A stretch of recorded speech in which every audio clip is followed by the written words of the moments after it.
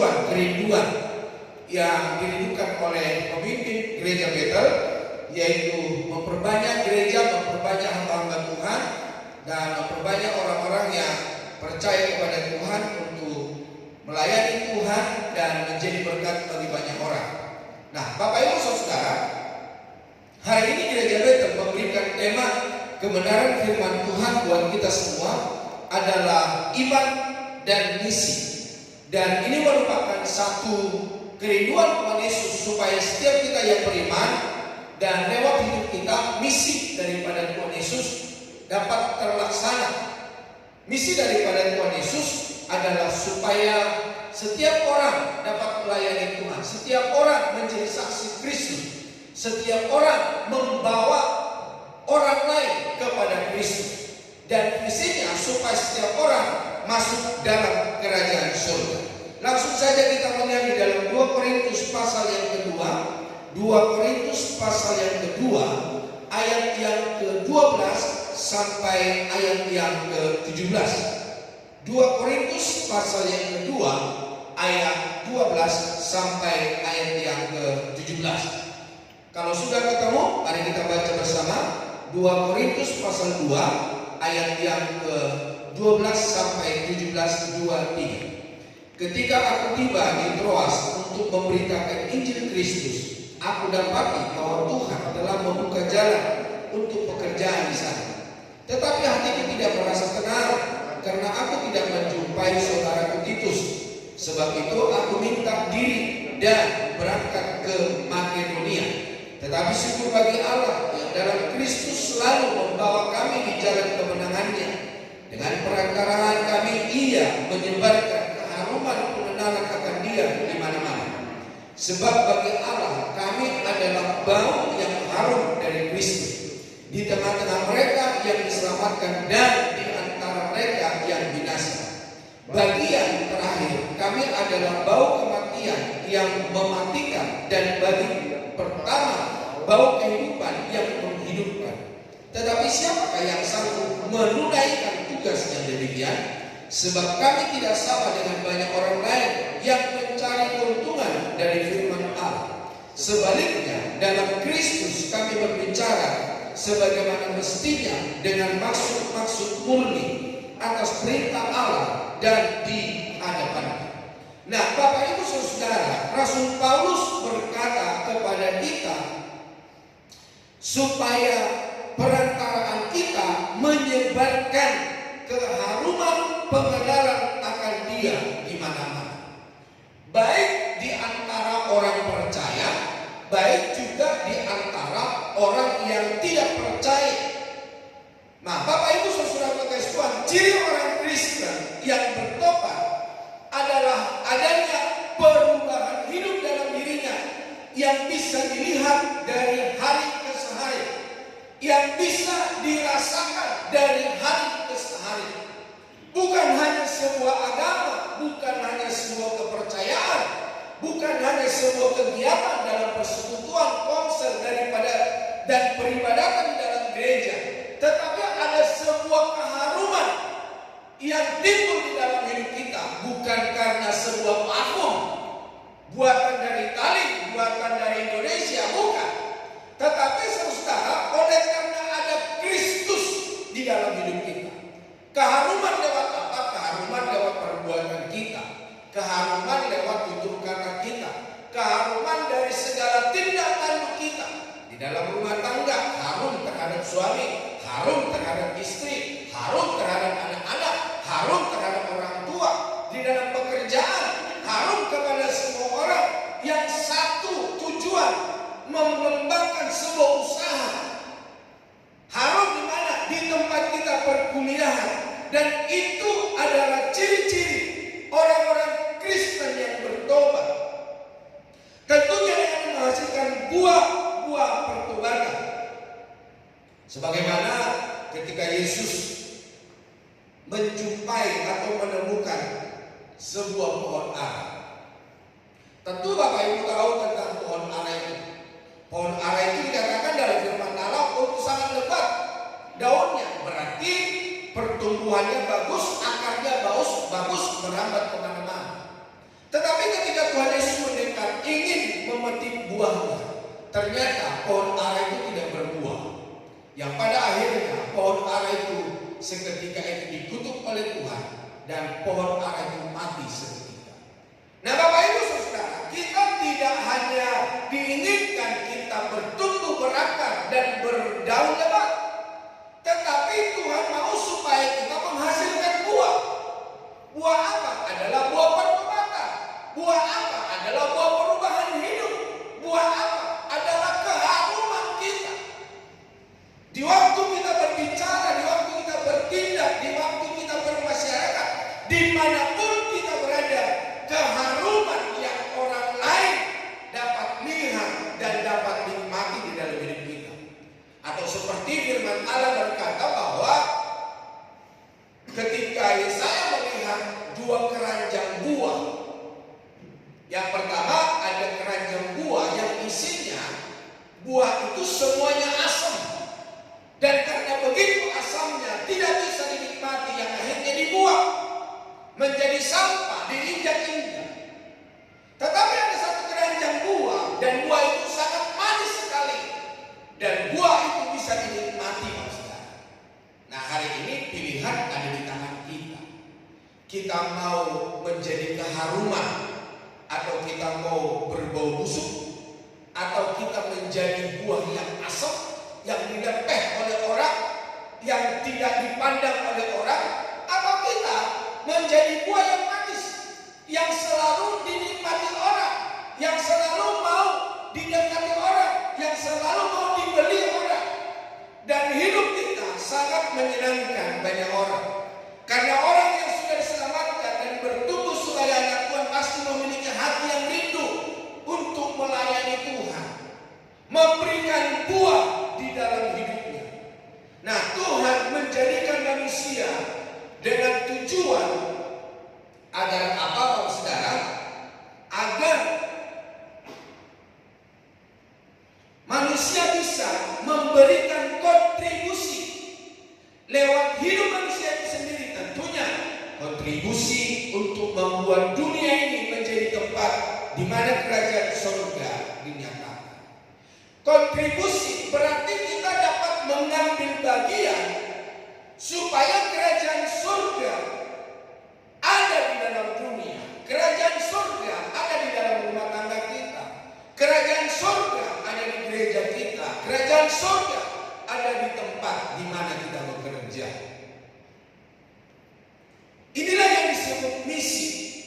Jadi manusia diciptakan untuk sebuah misi, dan manusia itu sendiri adalah misi. Saudara dan saya adalah alatnya Tuhan, misinya Tuhan. Tuhan mau supaya kita berkontribusi untuk menyatakan kerajaan surga di dalam dunia ini. Nah, kalau tidak, Bapak Saudara, maka sia-sialah kepercayaan kita, sia-sialah pengiringan kita kepada Kristus. Kata misi berasal dari bahasa Latin,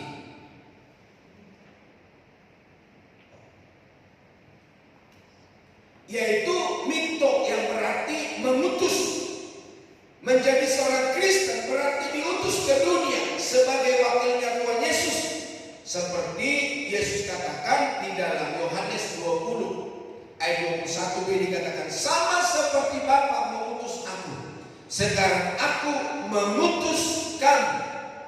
Jadi Bapak Ibu Saudara, ketika kita dipanggil menjadi orang percaya, bukan hanya kita mau menikmati berkat-berkat kasih karunia Tuhan, tetapi misinya Tuhan supaya saudara dan saya, kita ini dapat memberitakan Injil, memberitakan kerajaan surga, memberitakan pertobatan, memberitakan kabar sukacita, memberitakan kabar keselamatan kepada banyak orang. Bapak Ibu Saudara, jangan puas menjadi seorang Kristen, jangan puas kalau ada di gereja, tetapi puaslah ketika kau sudah memberitakan Kristus kepada orang yang belum mengenal Kristus. Dan berbahagialah Bapak Ibu Saudara ketika Bapak Ibu memberitakan Kristus, memberitakan Injil, memberitakan kabar keselamatan, dan orang itu ikut seperti Bapak Ibu Saudara mengenal Dia, menerima menerima dia menjadi Tuhan dan Raja di dalam hidupnya. Tuhan Yesus sendiri telah memberikan teladan datang ke dunia untuk melayani dan memberikan hidupnya, dan bukan untuk dilayani. Karena Yesus berkata, anak manusia datang ke dunia ini bukan untuk dilayani, tetapi untuk melayani. Anak manusia tidak ada tempat untuk meletakkan kepalanya di dalam dunia ini, tetapi dia mau memberitakan kabar sukacita, dia mau memberikan kabar pertobatan, dia mau memberikan kabar kerajaan Allah yang dimilikinya dan diberikan kepada semua orang. Nah, di dalam bacaan kita di dalam 2 Korintus 2 ayat 12 sampai 17 itu, iman yang benar membawa orang percaya memiliki kesadaran untuk menjalankan misi Allah. Itulah iman yang benar. Iman yang benar bukan hanya bertobat. Iman yang benar bukan hanya ada di gereja.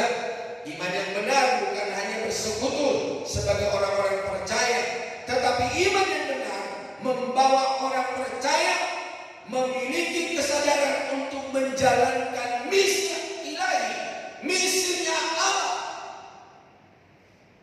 Tuhan punya hati untuk manusia berdosa dan berkehendak agar lebih banyak orang diselamatkan, dan dia memanggil umat beriman untuk menjalankan misi. Di dalam 2 Petrus 2 ayat yang ke-9 dikatakan di situ, 2 Petrus pasal yang kedua ayat yang ke-9. Saya akan bacakan buat kita semua. Jadi supaya kita tahu apa yang menjadi misinya Tuhan, apa yang mau kerinduannya Tuhan, apa yang mau kehendak Tuhan di dalam hidup kita. 1 Petrus 2 ayat yang ke-9. 1 Petrus 2, maaf. Bukan 2 Petrus. 1 Petrus 2 ayat yang ke-9. Dikatakan apa di situ? Tetapi kamulah bangsa yang terpilih, imamat yang rajani, bangsa yang kudus, umat kepunyaan Allah sendiri, supaya kamu memberitakan perbuatan-perbuatan yang besar dari Dia yang telah memanggil kamu keluar dari kegelapan kepada terangnya yang ajaib. Jadi kita dipanggil bukan hanya menikmati kerajaan surga. Kita dipanggil bukan hanya menerima pengampunan, tetapi kita dipanggil untuk memberitakan perbuatan-perbuatan Allah yang besar. Kita dipanggil untuk keluar dari kegelapan kepada terangnya yang ajaib, dan dunia dapat menikmati terang kehidupan kita. Nah, yang perlu selalu diingat dalam menjalankan misi, apa yang menjadi misi Tuhan Yesus ketika di dunia dan kini menjadi misi kita. Tongkat estafet yang daripada Tuhan Yesus diberikan kepada para rasul, diberikan kepada murid-muridnya, diberikan kepada orang percaya. Dan orang-orang yang percaya menjadi hamba Tuhan, menjadi alatnya Tuhan, dan terjadi di dalam hidupmu dan hidupku hari ini. Supaya apa? Kita menjadi misinya Allah, anggota tubuh Kristus yang memberitakan kabar sukacita ini. Jadi perlu kita ketahui Bapak Ibu Saudara, misinya Tuhan Yesus di dunia dan sekarang itu menjadi misi kita. Tongkat estafet yang daripada Tuhan Yesus diberikan kepada rasul-rasul, hamba-hamba Tuhan, dan hari ini diberikan kepada saudara dan saya untuk mencapai setiap orang percaya kepada Kristus. Dan itu juga menjadi misi Gereja Bethel Indonesia, supaya dapat memiliki 10.000 jemaat. Artinya 10.000 gereja, saudara, yang telah dibangun dan didirikan. Nah, apa yang sudah dilakukan Tuhan Yesus dalam tubuh jasmaninya di dunia ini harus kita lanjutkan, karena kita ini adalah tubuh rohani Kristus. Dan harus diingat bahwa tugas atau misi ini bukanlah tugas yang dibebankan kepada para pendeta atau full timer atau pengerja atau setiap aktivis gereja, tetapi untuk semua orang percaya.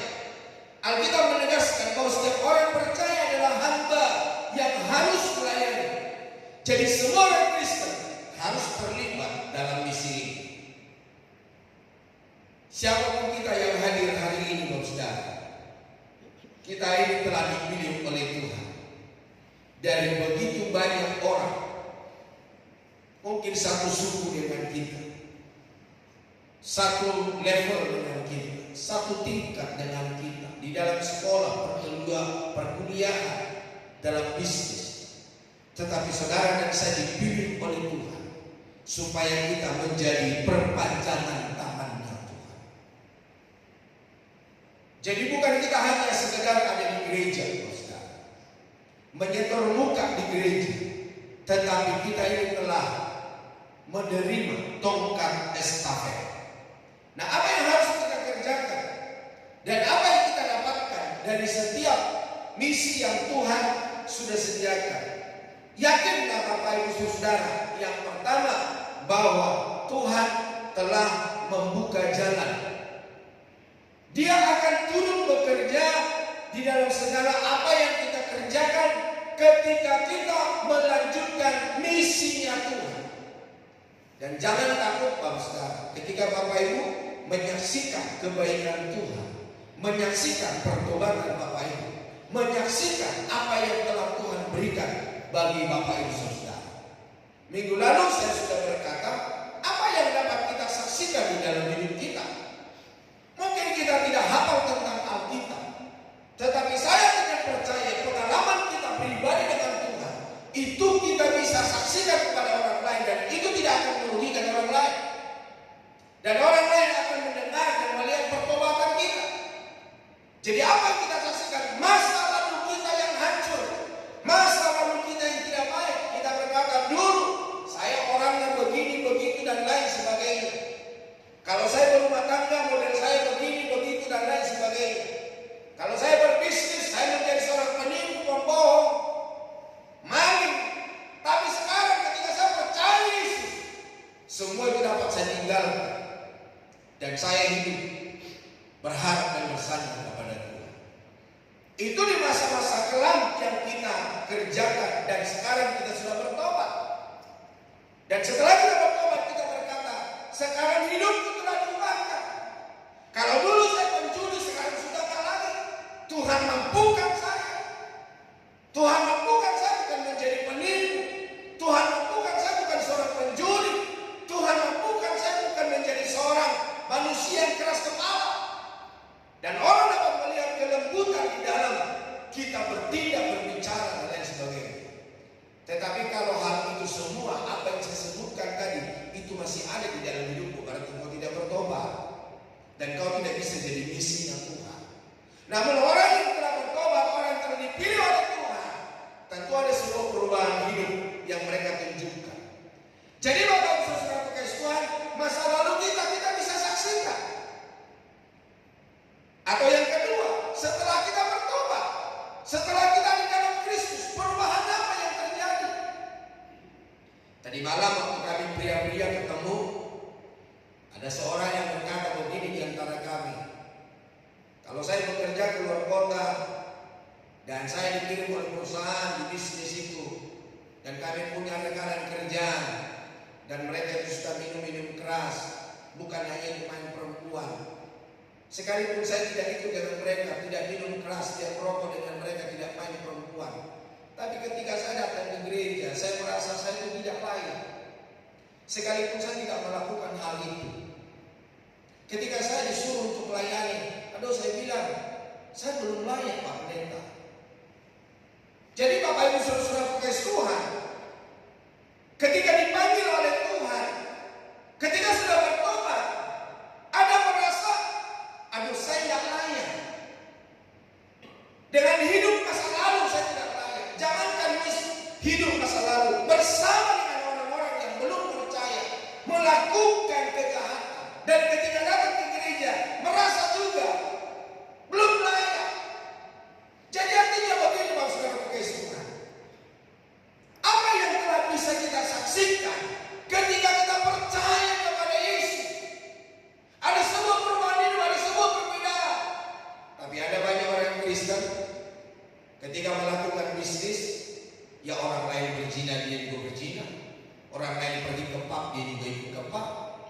Saya mendengarkan satu kesaksian dari seorang anak Tuhan di kota ini. Dia bekerja kepada seseorang orang Kristen. Bukan hanya kumpul dengan sesama orang Kristen, malah dia mengajak orang-orang untuk apa? Untuk pergi ke pub. Dia memberikan contoh yang baik bagi perempuan, saudara. Apakah seperti ini contoh dan teladan orang Kristen? Mungkin apa yang Bapak Ibu lakukan tidak bisa saya sebut hari ini. Tapi Bapak Saudara, apa yang sedang kau kerjakan di dalam hidupmu yang menyakiti hati Tuhan, yang tidak sesuai dengan pertobatanmu? Paulus menyadari bahwa Tuhan adalah pembuka pintu untuk pekerjaannya, sehingga pemberitaan Injil yang dilakukan Paulus mendapatkan kelancaran. Dan ketika kita menyerahkan hidup kita kepada Tuhan dan Tuhan itu campur tangan, pemegang estafet di dalam hidup kita, maka percayalah Bapak Ibu, bukan karena kekuatan kita, bukan karena kegagahan kita dapat menghidupi kebenaran firman Allah, tetapi oleh karena ada Roh Kudus yang memberikan kemampuan bagi kita. Yang perlu kita lakukan sebagai orang percaya adalah menjadi peka dengan Tuhan tentang bagaimana kita harus memulai sebuah misi dan tempat mana yang dimintanya untuk kita layani. Yang ketiga, dalam kesaksian hidup kita, masa lalu kita, masa sekarang setelah bertobat, dan ada sebuah komitmen. Komitmennya apa? Saya akan tertanam di dalam satu gereja. Saya akan melayani Tuhan. Saya akan memberikan hidupku dan saya tidak akan mengulangi lagi. Komitmennya apa? Saya akan membawa jiwa kepada Tuhan. Jadi Bapak Ibu Saudara, kita nggak usah muluk-muluk. Wah, pergi untuk bangsa-bangsa. Suku-suku di bangsa kita ini masih banyak, saudara. Ada suami, ada istri, ada orang tua kita, ada anak-anak kita, ada tetangga kita. Nggak usah muluk-muluk, saudara. Ada teman kerja kita, teman kuliah kita, orang yang kita temui. Bapak Ibu ketika naik kendaraan online, itu pun jiwa, saudara. Saya ketika di jalanan, saudara, kadang-kadang saya nggak mampu tutup mulut. Saya pasti buka mulut untuk memberitakan Injil. Jadi Bapak Ibu Saudara, saya tidak ragu-ragu, saudara, karena suatu saat ketika saya berjumpa dengan Tuhan, orang-orang itu pun ikut dalam pengadilan Allah. Dan ketika saya mau masuk kerajaan surga, dia akan berkata begini, Tuhan, itu pernah ngomong Injil kepada saya. Padahal kami jalan sama, pergi bersama, berbisnis bersama. Kalau hari ini aku tidak masuk surga, dialah penyebabnya, karena dia tidak pernah memberitakan Injil. Jangan Bapak Ibu pikir ketika kita tidak memberitakan Injil pertobatan kepada banyak orang, kita bebas. Enggak. Yeskiel berkata begini, saudara. Yeskiel berkata begini, ketika Tuhan berfirman kepadamu untuk menyampaikan kepada orang lain supaya dia berbalik dari kesalahannya, tapi engkau tidak memberitakannya kepada orang itu, dan firman Allah berkata orang itu akan mati dalam kesalahannya.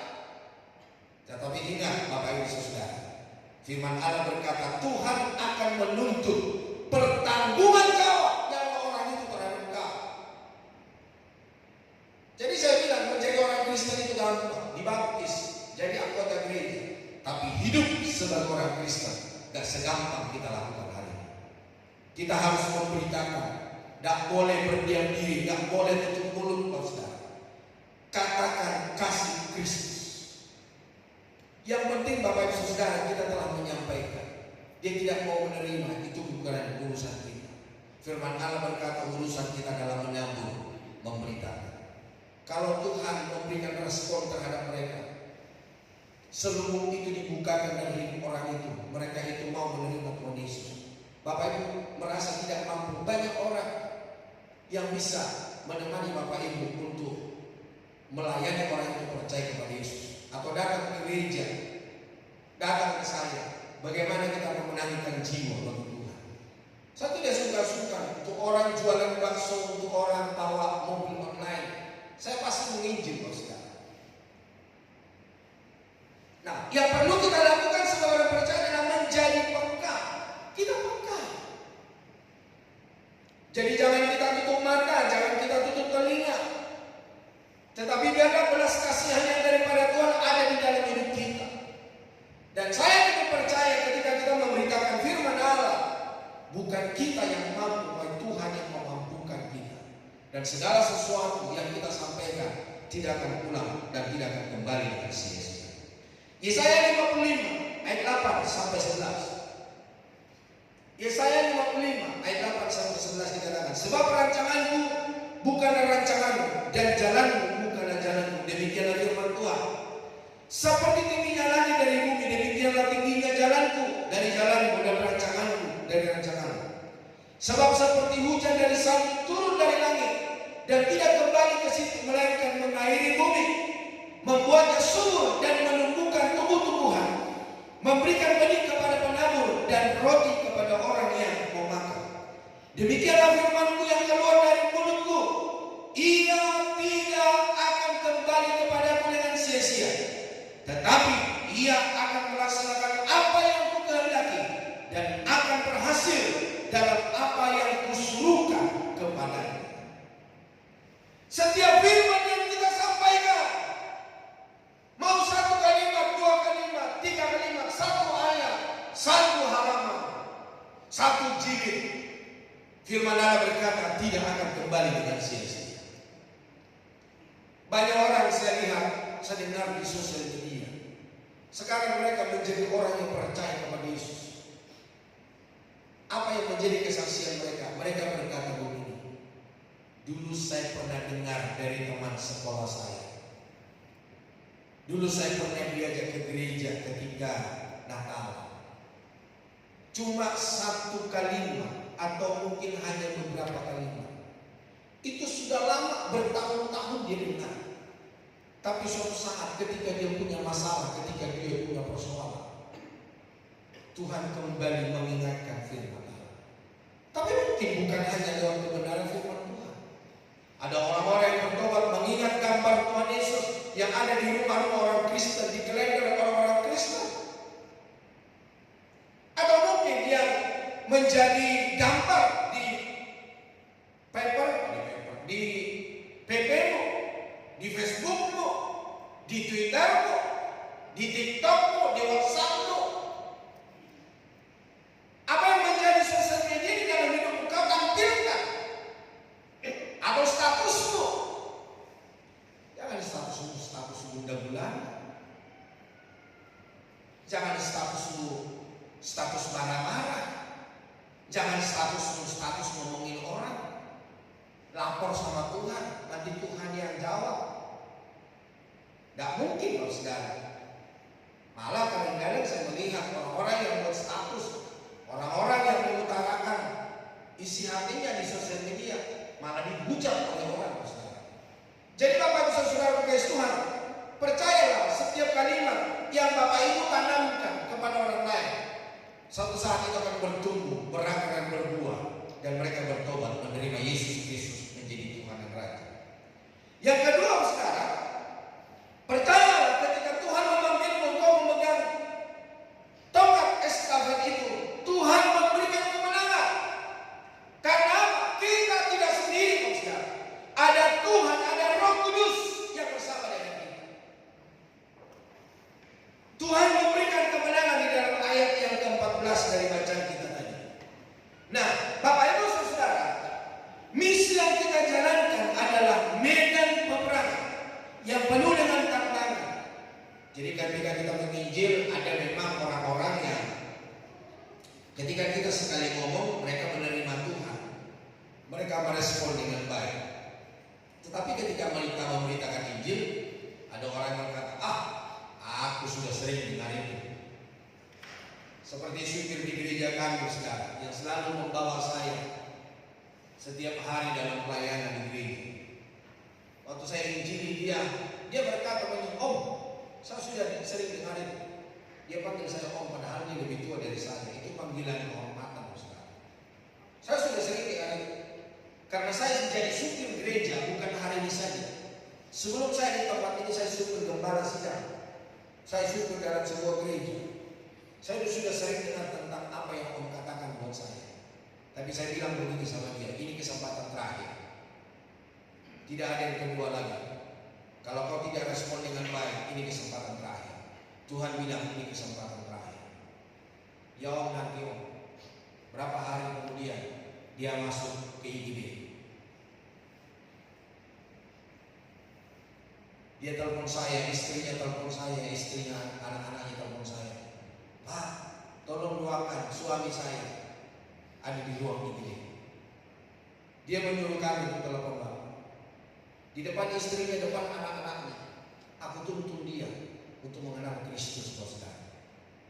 Tugas saya sudah selesai. Tugas orang-orang gereja yang ada di Jakarta sekarang. Bagaimana kalau hidup Bapak Ibu? Bapak Ibu saudara, tugasmu hanya memberitakan. Mungkin kita tidak bisa menuntun dia untuk sampai dibaptis, untuk sampai duduk di gereja. Tetapi tugasmu dan tugasmu sampaikan kabar sukacita. Sekali lagi saya akan saksikan kepada Bapak Ibu saudara, untuk memenangkan para supir online. Kalau Bapak Ibu duduk di mobil itu, Bapak Ibu bisa menginjil. Dengan cara apa? Bilang begini, Pak, Mas, udah berapa lama jadi supir online? Udah berapa lama kerja di perusahaan ini? Oh sekian lama. Oh Bapak berarti sudah tahu ya, kalau saya minta di kota Balikpapan ini Bapak antar saya, Bapak udah tahu. Iya saya tahu, dan juga saya dibantu dengan map. Tapi Bapak tahu nggak? Ada seorang teman saya yang bisa ngantar Bapak bukan hanya keliling kota, bukan hanya saja keliling provinsi Kaltim, tapi dia juga bisa membawa Bapak dalam kerajaan surga. Mau nggak Pak? Saya kenal teman itu. Saya itu yang pernah saya lakukan kepada supir kami di gereja yang bukan orang Kristen. Saya mau katanya. Karena memang orang ini kalau saudara, ketika di Jakarta menjadi seorang supir pun, setiap gang-gang tikus kota Jakarta itu kota macet. Dan jam 5 saya dengar kabar ada seorang yang sakit, dan jam 6 selesai untuk kita besuk. Saya bilang sama dia, Bang, kita lewat tol. Jangan om, kita lewat jalan tikus. Hebat benar ini orangnya. Dari Selipi sampai ke lapangan terbang yang lama itu saudara, di daerah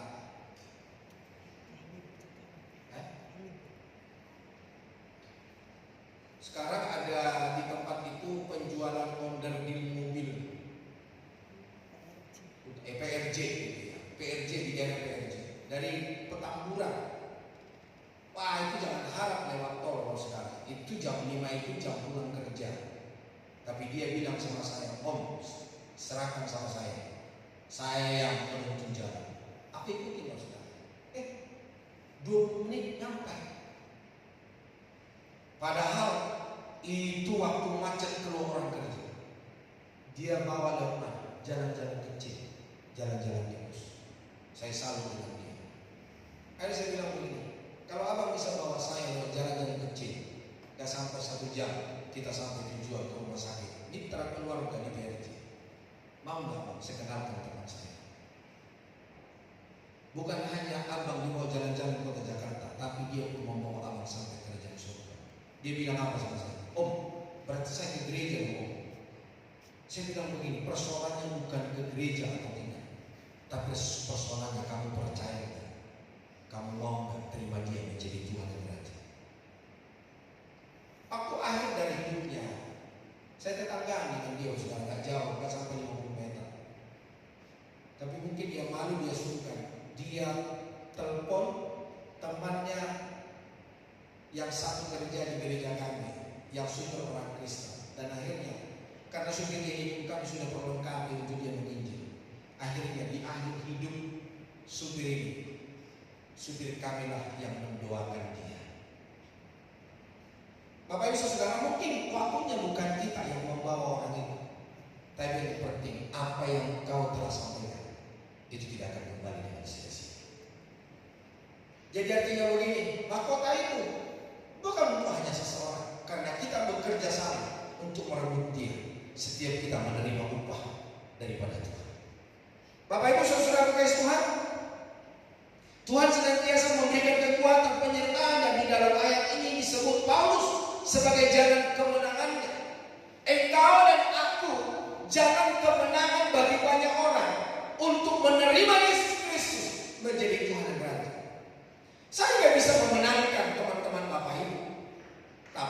Bapak Ibu sendiri bisa memenangkan teman-teman Bapak Ibu, teman dalam pekerjaan, teman di dalam perusahaan, teman sepermainan. Saya tidak tahu teman Bapak Ibu saudara. Sekalipun Bapak Ibu bilang begini, Pak, teman saya mau bertobat Pak. Ya kalau hanya membawa dia, menuntun dia, menerima Tuhan dan Raja, itu kita bisa bantu saudara. Tetapi untuk menginjili orang itu, dia tidak akan mau saudara. Dia akan berkata, aku gak kenal dia. Karena orang lain tidak akan bebas ngomong dengan orang yang tidak dikenal. Tapi teman-temanmu akan bebas ngomong kepadamu karena apa? Sudah kenal. Jadi Bapak Ibu saudara, beritakanlah kabar sukacita, beritakanlah kabar pengampunan. Ya kalau memang seperti banyak orang berkata, Pak, saya nggak bisa ngomong, Pak. Hidupmu itu sendiri adalah Injil itu. Karena firman Allah berkata, kita ini adalah suratan Kristus yang dapat dibaca oleh semua. Ada seorang yang bekerja di diskotik ya, yang perempuan. Dia bersaksi begini. Anak-anak buahnya dalam pekerjaan di kantor itu berkata begini, Bu, Ibu salah makan obat apa? Saya gak lagi sakit kok. Tapi sekarang kok Ibu beda. Kalau dulu gampang marah. Kalau dulu sama kita itu teriak-teriak, marah-marah, melakukan tindakan-tindakan yang gak baik. Tapi sekarang Ibu kok berbeda. Ibu salah makan obat apa? Dia berkata begini, saya gak salah makan obat, tapi saya telah dipulihkan oleh Tuhan Yesus. Saya telah dipulihkan oleh Tuhan Yesus. Saya telah menerima dia menjadi Tuhan dan Raja di dalam hidup saya. Bapak Ibu saudara kasih Tuhan, ibarat sebuah pertandingan, ladang misi adalah sesuatu yang kita pasti perjuangkan dan usahakan. Selalu ingatlah bahwa akhirnya Tuhan memberikan kemenangan atas kita. Yang mungkin hari ini kita tidak bisa menangkan orang itu, tapi dengan waktunya Tuhan, dengan anak-anak Tuhan yang memegang estafet, itu pun akan membawa orang-orang lain mengenalkan Kristus. Di dalam Amsal 21 ayat 31, Amsal 21 ayat yang ke-31 firman Allah berkata, kuda diperlengkapi untuk hari peperangan, tetapi kemenangan ada di tangan Tuhan. Kita bisa memperlengkapi apapun di dalam hidup kita, tetapi ingat saudara, firman Allah tadi berkata bahwa rancangan Tuhan itu sangat indah dan luar biasa dalam hidup kita. Segala perkataan, segala firman Allah yang ditaburkan tidak akan kembali dengan sia-sia. Ayat ini memiliki dua arti. Yang pertama, kita boleh berusaha dengan sekuat tenaga, tetapi keputusan tetap berada di tangan Tuhan. Yang kedua, orang boleh saja berusaha mencelakai kita, asal kita tetap berada di dalam Tuhan, maka kita pasti akan selamat. Jadi jangan takut Bapak Saudara. Yang terakhir, yang ketiga, Bapak Ibu sebelum maju ke depan, Tuhan mencari kemurnian. Ketika engkau menjadi misinya Tuhan, pemegang tongkat estafetnya Tuhan, ketika hatimu murni, tujuanmu murni, Tuhan akan bersama dengan engkau dan banyak orang mengenalkan Tuhan. Melalui ayat ini, di dalam ayat yang ke-17 dari bacaan kita tadi dalam 2 Korintus 2, melalui ayat ini kita diingatkan bahwa misi adalah suatu yang harus dilakukan untuk kepentingan kerajaan Allah. Misalnya para pria atau wanita mau menikah atau menjalin hubungan dengan orang tidak seiman, kalau visi misimu supaya dia menjadi suamimu, jadi istrimu, itu bukan tujuannya Tuhan, bukan. Ada banyak orang berkata, oh gak apa-apa Pak, gak apa-apa Ibu, nanti saya bawa dia ke gereja. Dia akan menangkan dia menjadi anak Tuhan. Kalau kau yang memenangkan, ya mungkin saat itu kita bisa memenangkan dia. Tetapi saya mengatakan, karena engkau tidak satu jurusan dengan dia, tidak satu server dengan dia, engkau akan menangis babak belur berbabak-babak setiap hari. Saya pernah saksikan di tengah-tengah Bapak Ibu Saudara, ketika ada seorang wanita muda, Dan keluarganya itu menelpon saya ke sebuah rumah sakit di daerah Tangerang. Saya datang ke rumah sakit itu dan ketemu anak ini berkata begini, "Pak, ingat enggak waktu Bapak layani saya dalam pernikahan sebelum dinikahkan?" "Iya, ingat." "Ingat enggak Pak, Bapak ikut melayani dalam pernikahan saya?" "Ingat." "Yang kenapa?" "Setiap orang malam pertama adalah malam sukacita. Orang bilang berbulan madu, tapi saya tidak, Pak Pendeta. Saya babak belur berbabak-babak dihajar oleh suami saya." Jangan pikir Bapak Saudara ketika, apalagi orang-orang muda, ketika kau mendapatkan pasangan hidup, jangan pikir kebahagiaan yang langsung jatuh di dalam hidup. Belum tentu.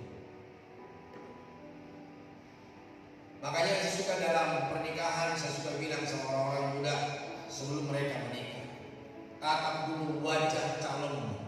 Betulkah itu suamimu? Betulkah itu istrimu? Betul Pak. Tatap lagi, coba lihat. Ya lihat mereka sambil senyum-senyum. Ya ada yang berbahagia sampai hari ini, tetapi ada nggak beberapa hari mereka telepon saya, "Betul Bapak bilang, ternyata dia bukan pasangan hidup saya, saudara." Karena ketika mereka masuk dalam sebuah pernikahan, apa yang ditunjukkan selama ini hanya iklan.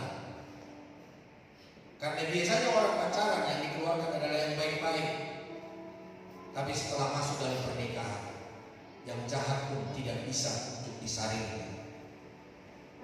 Bapak Ibu Saudara kekasih Tuhan, meskipun ada godaan untuk mendapat keuntungan dari pemberitaan firman Allah, namun kita diingatkan agar melakukannya dengan maksud murni. Ketika kita memenangkan jiwa, bukan karena supaya itu jadi pasangan hidup, bukan. Tapi kemuliaan Allah dinyatakan. Ya puji Tuhan lah kalau orang itu mau bertobat, mau berbalik dan percaya Yesus, menerima Yesus Kristus menjadi Tuhan dan Raja. Tapi kalau tidak, banyak wanita-wanita Kristen setelah mereka menikah, setelah mereka punya anak, para pria-pria itu selingkuh, saudara. Para wanita-wanita Kristen itu setelah punya anak, gak dinafkahi, gak dikasih duit, gak dikasih nafkah secara ekonomi dan secara batin. Dan ada juga banyak saya lihat dari mereka-mereka itu lebih berpihak kepada keluarganya, berpihak kepada orang tuanya, gajinya dikasih ke ibunya, bukan untuk membangun keluarganya, bukan menyekolahkan anaknya. Hati-hati para orang-orang muda. Ya tidak semua saudara, tapi banyak saya lihat di kalangan orang Kristen, ketika mereka menikah tidak seiman, maka setelah mereka memiliki anak, mereka tegas bomba. Sampai hari ini ada beberapa orang dari Jakarta yang telah menikah dengan tidak seiman dengan dia, suka telepon. Jangankan tidak seiman, banyak juga yang seiman, ternyata tak bisa diharapkan. Jadi Bapak Ibu Saudara, mari kita melakukan misi yang Tuhan untuk sebuah kemudian. Tuhan selalu melihat apa yang kita lakukan, menilik motivasi kita dan akan memberi upah bagi mereka yang berkenan kepadanya. Jangan hanya sesuatu yang kita lihat di dalam dunia ini, jangan upah di dalam dunia ini, tapi upah dalam kerajaan surga. Jangan sampai apa dikatakan oleh firman Tuhan, "Enyahlah daripadaku, hai kamu pembuat kejahatan." Tapi hari ini biarlah kita menjadi seorang yang murni, memberikan yang terbaik bagi Tuhan. Di dalam 2 Korintus 2:14, Paulus berkata, "Tapi syukur bagi Allah yang dalam Kristus selalu membawa kami di jalan kemenangannya. Dengan perantaraan kami, Ia menyebarkan keharuman, pengenalan akan Dia di mana-mana." Kiranya kita semua membawa keharuman Kristus. Di dalam kita banyak kisah yang membuktikan bahwa kemenangan ada di tangan Tuhan lewat anak-anak Tuhan, lewat orang-orang percaya. Misalnya Daud yang muda bisa menang melawan Goliat, sampai kakak-kakaknya berkata, "Kamu tidak pernah punya pengalaman berperang,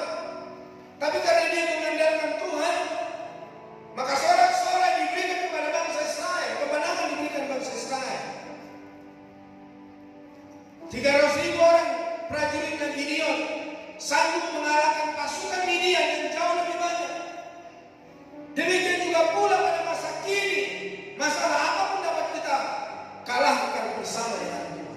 Bersama Yesus kita lakukan perkara-perkara besar. Ketika kita menjadi tongkat estafet Kristus, engkau tidak sendiri. Ada Tuhan yang bersama dengan kita. Namun demikian Bapak Ibu Saudara kasih Tuhan, mengapa kita masih bisa sering mengalami kekalahan? Penghalang bagi kuasa kemenangan Tuhan untuk bekerja dan untuk kita yang pertama, adanya ketidakpercayaan di dalam hati kita. Banyak seringkali ketika kita mau menyampaikan Injil kita nggak percaya. Bukan aku lah, nggak ngerti saya, nggak tahu saya firman Tuhan. Ingat Ustaz, yang kita saksikan masa lalu kita, yang kita saksikan setelah kita percaya Yesus dan komitmen kita, itu paling gampang Ustaz. Jadi jangan takut dengan apa yang kau saksikan tentang kemuliaan dan kerajaan Allah. Bapak Ibu Saudara, seperti ayah dari seorang anak yang kerasukan setan. Anaknya itu tidak sembuh karena ayahnya tidak percaya. Di Markus 9 ayat 14 sampai 29. Di situ nanti Bapak Ibu bisa baca bahwa ayahnya, bapaknya seorang yang anak yang sakit itu tidak percaya. Tapi Tuhan bilang, ingat tidak ada yang mustahil terjadi dalam hidup orang percaya.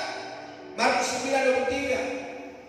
Yakobus 1:6 sampai 7, kalau seseorang mau mendapatkan sesuatu, tetapi dia seperti ombak di laut, bimbang, dia tidak akan mendapatkan apa-apa. Baik juga di dalam masalah persoalan di dalam estafet yang Tuhan percayakan di hidupmu, engkau tidak akan dapat apa-apa, tidak akan dapat jiwa. Yang kedua, tidak adanya kesatuan hati di antara kita. Ketika itu murid-murid bersoal jawab dengan para ahli Taurat karena anak itu tidak bisa disembuhkan. Jadi ada seorang anak ayam yang kerasukan roh jahat. Kalau dia sudah kerasukan roh jahat, anak itu dibanting, dipentalkan.